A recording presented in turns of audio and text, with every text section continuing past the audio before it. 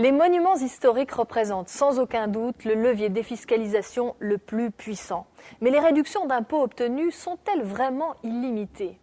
Jusqu'au 31 décembre 2008, il n'existait aucun plafond, aucune limite pour les réductions d'impôts liées aux monuments historiques. En effet, jusque-là, toutes les dépenses générées par les travaux, la gestion, les taxes foncières et les intérêts d'emprunt étaient totalement déductibles des revenus imposables.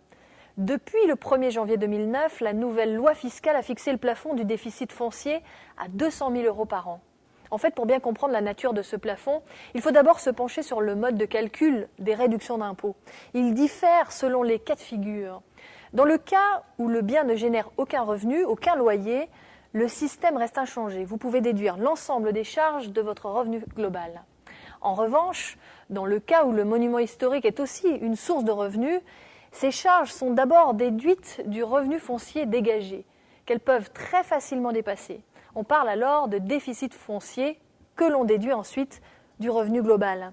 Et depuis le 1er janvier 2009, ce déficit est plafonné à 200 000 €, ce qui représente malgré tout une jolie réduction sur le revenu global imposable. Donc pour résumer, les réductions d'impôts ne sont plafonnées que pour les monuments historiques dégageant un revenu. Il convient donc de bien étudier la question avant de décider d'utiliser son bien de telle ou telle manière.